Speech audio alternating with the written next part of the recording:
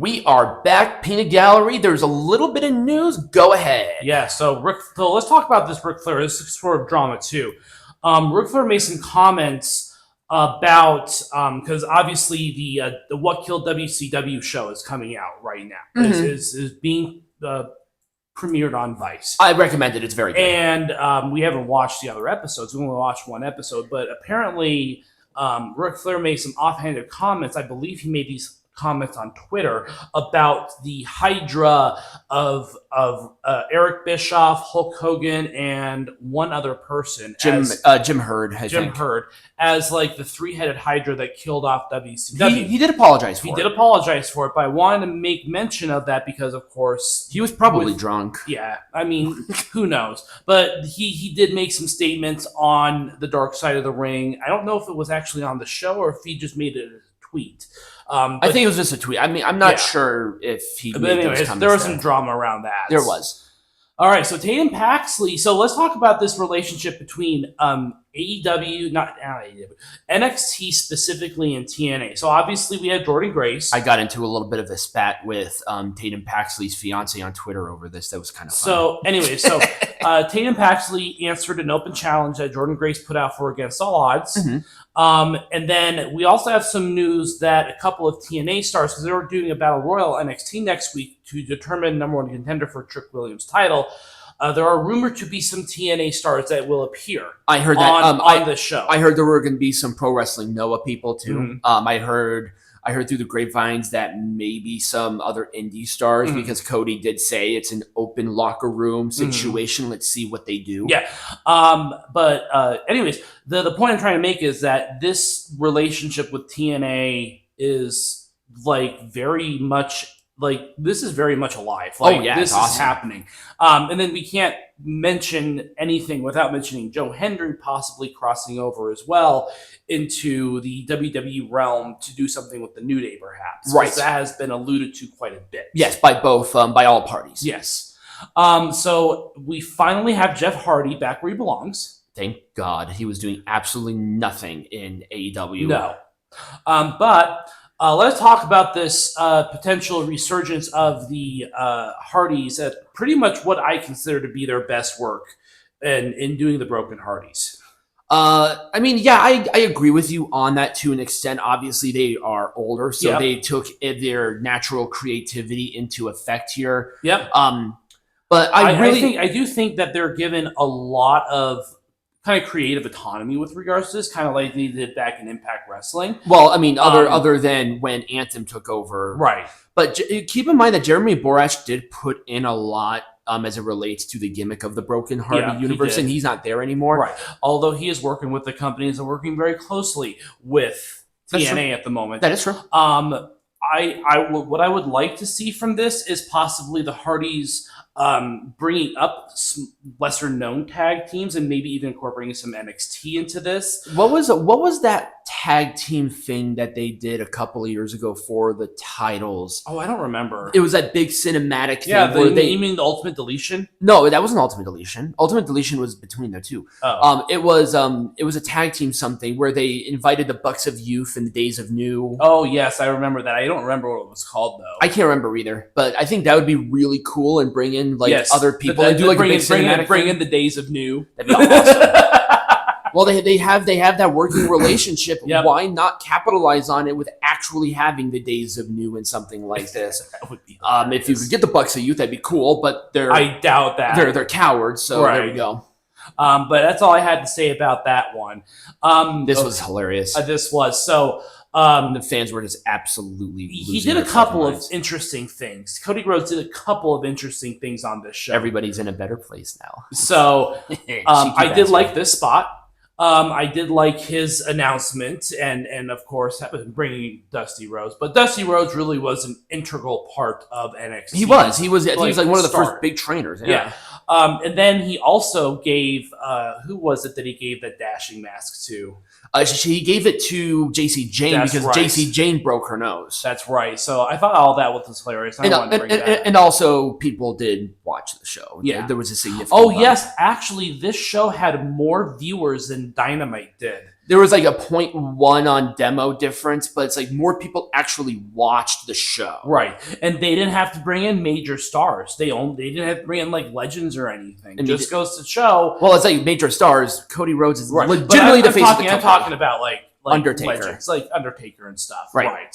But this was pretty cool. I liked it. Yeah. So I don't know if this actually happened, but it supposedly happened yesterday with Mason Mansoor of MXM appearing on Collision. I heard didn't that. Hear anything? I heard that this might happen. I didn't see anything. No. As it relates to that, I saw the spoilers and shit. It looked awful. I didn't see their debut. There wasn't listening uses, but it was rumored that they were going to appear on Collision. I really like what these guys are doing, and I think going to AEW is a mistake, and B, they would have fit so awesome in NXT or in TNA. It would be crazy. I know, right? Also, them in MLW would be a big boost for them too. But I haven't heard anything. Well, the last thing, however, their work with that Ugandan promotion, the Soft Ground Wrestling, Cody Rhodes is donating a ring. Yeah, and apparently he's gotten a lot of stars' attention, but that's not why this story is here. This is here because I like them. We're talking about them, and it's like they're crushing it right now on. Yeah, they are. They've traveled the world. I think they've won tag team champions in a lot of like Middle Eastern countries. Oh yeah, well I'm not surprised considering that Mansoor is the first ever Saudi Arabian WWE superstar. So he probably has some really good connections over there. So I like what they're doing. Yep. Continue to do you guys. You guys are awesome. Right. Okay, so Hikuleo is he gone? He is. So he is tentatively signing with the WWE. I don't know what the contract situation with WWE looks like right now. But there is one thing that I did want to mention, and that is the name. Talatunga. Talatunga. So apparently all of the Sons of Tonga, which is the name of their faction outside of like the Bloodline thing. Well, they were known as the Gorillas of Destiny. Right. They were, but Gorillas of Destiny I think is owned by New Japan. Yes. So anyways, all of them are going to have Tonga in their name. So there's obviously Tama Tonga. Tongaloa. Tonga. So it's not Tonga, it's Tonga. Yes, with an O. Tonga. Yep. Yes, they moved it around. They did Tanga for a while in New Japan. But I think they want to do it Tonga. Yes, because all of them have to have Tonga in the name. So that's why there's Talatunga. Also, Hikuleo really never like branched out super big outside of his brothers, who really made a name for themselves in a much different way. Yep. So I think changing his name to something Tonga really will help him out. And he also will fit in because they really need a giant among their ranks. They really do. I will agree with you on that. And he's really tall. He is really tall. So anyways, I thought that was interesting. Okay, so let's talk about the fake news where Ricochet apparently was leaving. So Ricochet's contract situation, I think, is what I heard. It's up in the air. It's very up. It's up in the air, but it's very conflicting. We've got how many news reports have we had in the last 2 weeks with regards to Ricochet's WWE contract status? I know for a fact of 3. The one of he's leaving. Yeah. Up in the air, and then Samantha Irvin. Right. Those are the 3 that I'm aware of currently. The point is that we really don't know because apparently his contract doesn't even expire until July. Right. Rumor has it that he has said that he is not going to resign. I don't see any. I mean, the only indication that we really have at this point was the fact that he dropped the Speed Champion and that he was whisked away on ambulance as a result of the antics of Braun Breaker. Man, the thing is, they do that all the time when it comes to contracts because if it's up in the air right now, they don't want to vacate a champion. So it's like, you can always get the title back. Right. You can always get that momentum back. Here's the thing. If I was Ricochet, if I was a betting man, I would stay because A, he's on the same show as his fiance. Right. It's a benefit. Yeah. Number 2, he's prominent on Raw. Right. Like, he's building up Braun Breaker. There's a lot of attention with him and Ilya and all of that. So I've heard nagging injury, so maybe he'll do what Becky did and just sort of let it expire and take some time off. Yeah, that's what I've been. That's the rumor mill to what I've heard too. Yeah, but that could always be the case. As of right now, it's up in the air. That's all I have. Yeah, that's all I have too.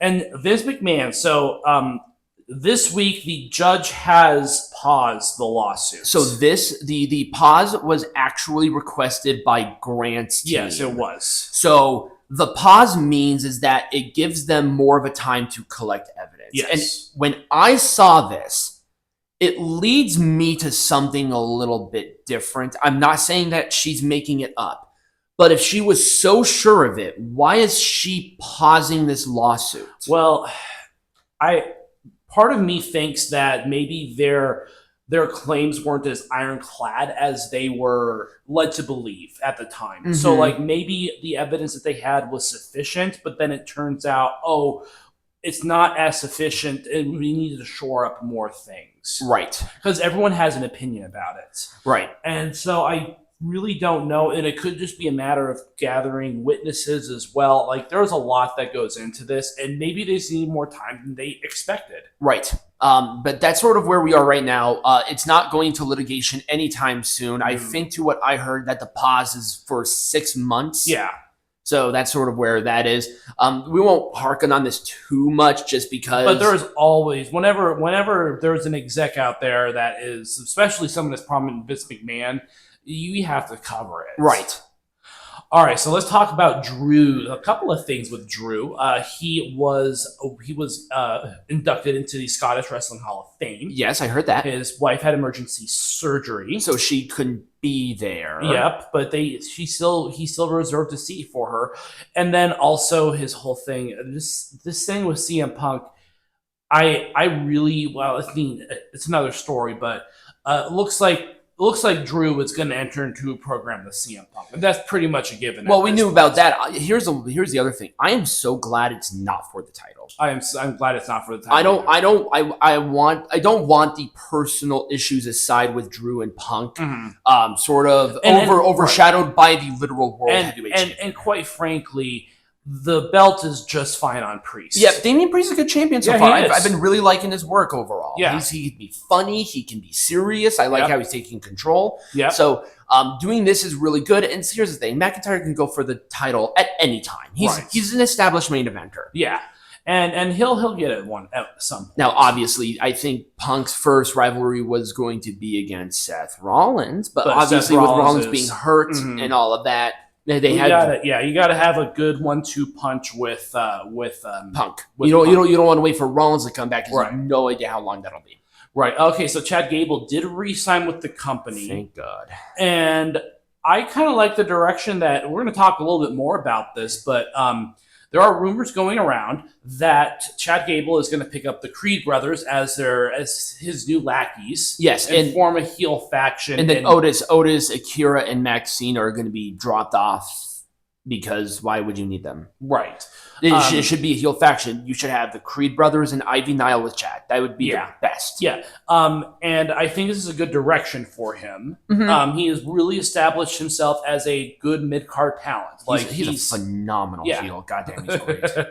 Hell, he has all the potential to be a main event player. And I think it puts Otis in a good position too, because this is very reminiscent of Otis's interaction with Mandy Rose back during the pandemic days, and people have nonstop talked about that ever since, and that was some of Otis's best work. Yep, because he's the lovable oaf, and he's awesome. Chad Gable is such a great heel. Otis has a great babyface presence. People are losing their minds. Yeah, the numbers don't lie. As soon as the segment with the Alpha Academy was there, I think viewership went up 200,000 or 300,000 people. Yeah, people want to watch this. Yes. So it's awesome that Chad Gable re-signed. I heard it was a really long contract. Yes. So and also keep in mind, Chad Gable is not a young buck. He's a little bit older. I think he's in his late 30s. Okay. So yeah, I feel 38 or something. Yeah, I think he's gonna be a lifer. Yeah. Oh yeah, absolutely. But he's awesome. I love Chad Gable. He's my favorite segment every time I do the Raw reviews.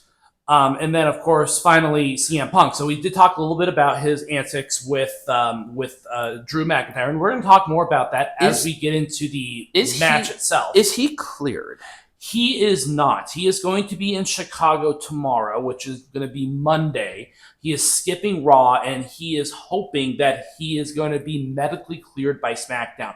I do think that there is an unannounced ad for him to make an appearance on SmackDown and announce his status. Okay. All right. That is what I heard. All right. So I think that's really it for news. Yeah, that's it. And this is a good time for Punk to be back because we got a Big 5 event coming up in Canada in a couple of weeks. Yes. So we want to build that rivalry up with Drew. Yep, exactly. And Money in the Bank is right around the corner too. I mean, it's literally. And then the following one I think is SummerSlam. So then you have more time to build up more of a rivalry. Just WWE is so damn exciting right now. I don't think I've ever been so excited for WWE ever in my entire life, and I've been watching this since I was like 5. Yeah. So anyways, that's all I've got as far as news goes. But we are going to cover. We're going to go through what we thought about Battleground when we come up next. Yes, we are.